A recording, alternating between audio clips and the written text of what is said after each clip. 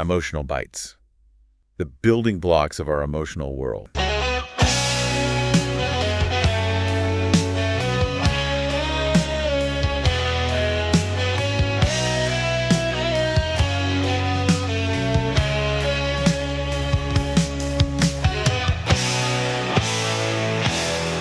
Ready to explore the fascinating world of emotional bytes. You know, those bundles of memories and feelings and values that shape how we experience the world. It's a bit like our internal operating system, constantly running in the background. It influences our thoughts, feelings, and behaviors. Exactly. And just like any operating system, those emotional bytes can get a little glitchy sometimes, leading us down familiar paths that might not be serving us anymore. What's fascinating is that these emotional bytes aren't static. They're constantly being shaped and reshaped by our experiences, our relationships, and even our biology. That's true. So for everyone listening, can we explain what emotional bytes actually are? Okay, so picture this. Tiny packets of info, each one carrying an emotional charge. And these bytes are constantly moving between the different parts of your mind, the unconscious, subconscious, and the conscious. So we're not talking about actual physical things, right? More of a way to understand something really complex. Exactly. It's a metaphor, basically. It helps us visualize how our needs and our values and all our experiences kind of come together to create our feelings and reactions. So these emotional bytes have information about our past, our core needs, our values. And even things we aren't consciously aware of, like really old memories, unresolved issues, things buried deep down, they all add to the emotional weight of these bytes. This is where it gets really interesting for me. These bytes aren't just floating around. They're shaping how we see the world, how we react to people, and even how safe we feel. Absolutely. Our minds are constantly trying to understand what's going on around us and predict what's going to happen next. And these emotional bytes, they're key to that whole process. It's like our minds are making a map of our world, using these emotional bytes as landmarks. I like that. That's a good way to put it. And the end goal of this mapping, this predicting, is to reach a state of emotional and psychological safety. So it's more than just being happy. It's about feeling secure, understood, like we're in control. Right. Our deepest needs are met, our values make sense, and we have a feeling of coherence and control in our lives. Okay, I'm following. Well, imagine your brain as a giant filing cabinet. Each experience you have gets stored away as an emotional byte, complete with the associated feelings, thoughts, and bodily sensations. So if you had a positive experience like acing a test, that would create an emotional byte associated with feelings of confidence and accomplishment. Exactly. And those positive bytes can be incredibly empowering, boosting our self-esteem and motivating us to take on new challenges. But the flip side is also true. Negative experiences, like being rejected or failing at something, can create emotional bytes associated with feelings of fear, sadness, or shame. And those negative bytes can really hold us back, making us hesitant to try new things or believe in ourselves. That's right. Those negative emotional programs can run in the background, influencing our perceptions and behaviors, even when we're not aware of them. It's like having a little voice in your head whispering, "You can't do it," or "You're not good enough." Exactly. And those whispers can be incredibly powerful. Now, to really get this, we need to look at the different layers of the mind. Yeah. The unconscious, the subconscious, and the conscious. Okay, think of an iceberg, where you only see the tip above water. Yeah, right. Most of it's hidden underwater. It's the same with our minds. The conscious mind, where we're aware of our thoughts and feelings, that's just the tip. And under the surface, we have this whole hidden world of the subconscious and the unconscious. Exactly. The subconscious, that's where we keep a lot of our learned patterns, beliefs, automatic reactions, It's always filtering incoming emotional info, shaping our gut instincts and habits. And then the unconscious. That's the deepest level, right? The stuff we might not even remember. And even though we might not be aware of them, these unconscious experiences can have a huge impact on the emotional bytes that pop up. Wow. So even if we don't remember something from childhood, it can still affect us today through these emotional bytes. Exactly. That's why getting this whole flow of emotional information can unlock some really big insights about ourselves. Like why some people need certain types of validation more than others, maybe because of how their need for connection was met or not met when they were younger. Right, or how being rejected in the past might be influencing our relationships now, even if we don't consciously realize it. Okay, we've laid some groundwork. We've got these emotional bytes that carry information about our needs, our values, and our experiences. And they're flowing between these different parts of the mind, unconscious, subconscious, and conscious, all to reach emotional and psychological safety.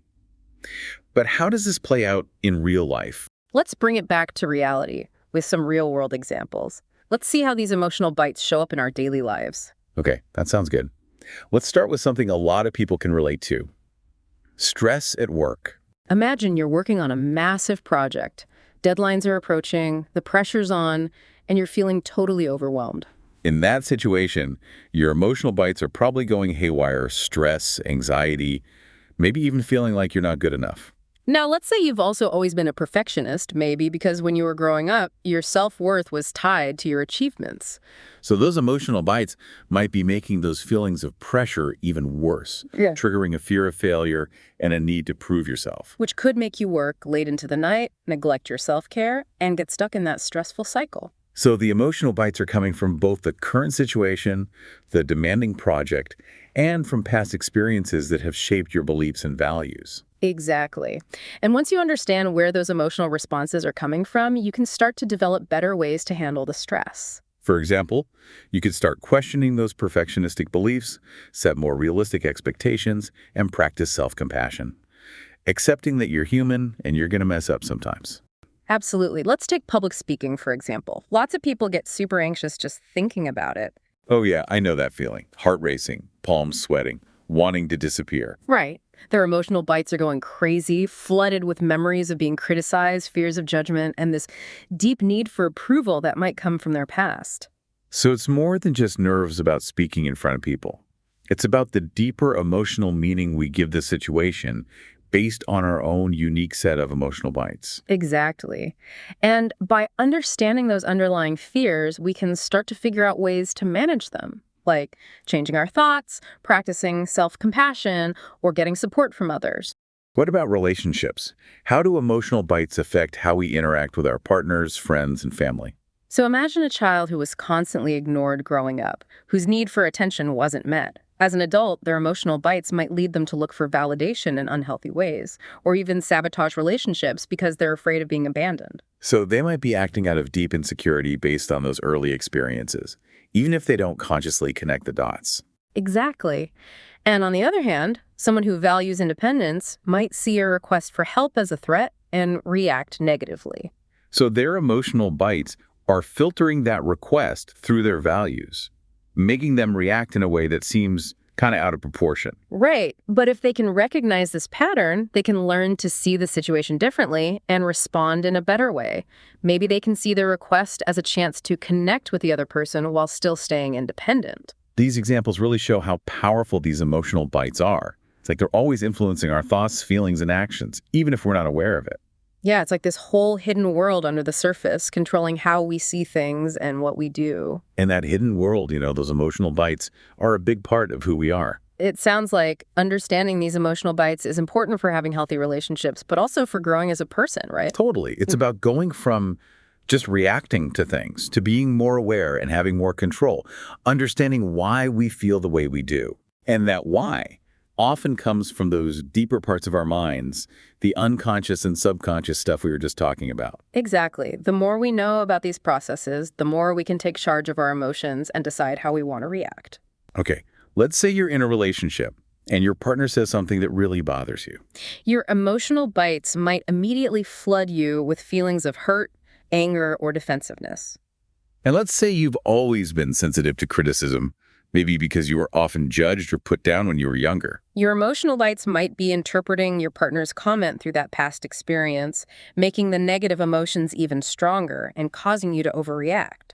So you might lash out at your partner, shut down emotionally, or fall into other unhealthy communication patterns. But by understanding how those emotional bytes are working, you can start to separate the current situation from those past hurts. You can communicate your feelings more clearly and honestly, set healthy boundaries, and work towards building a stronger, more fulfilling relationship. These are just a couple of examples, but they show how understanding our emotional bytes can give us the power to make better choices in our everyday lives. Whether it's dealing with stress at work, handling relationship problems, or any other tough situation, Yeah, this framework can really help us understand our own emotional patterns and create a better sense of safety and well-being. It's about realizing we're not just controlled by our emotions.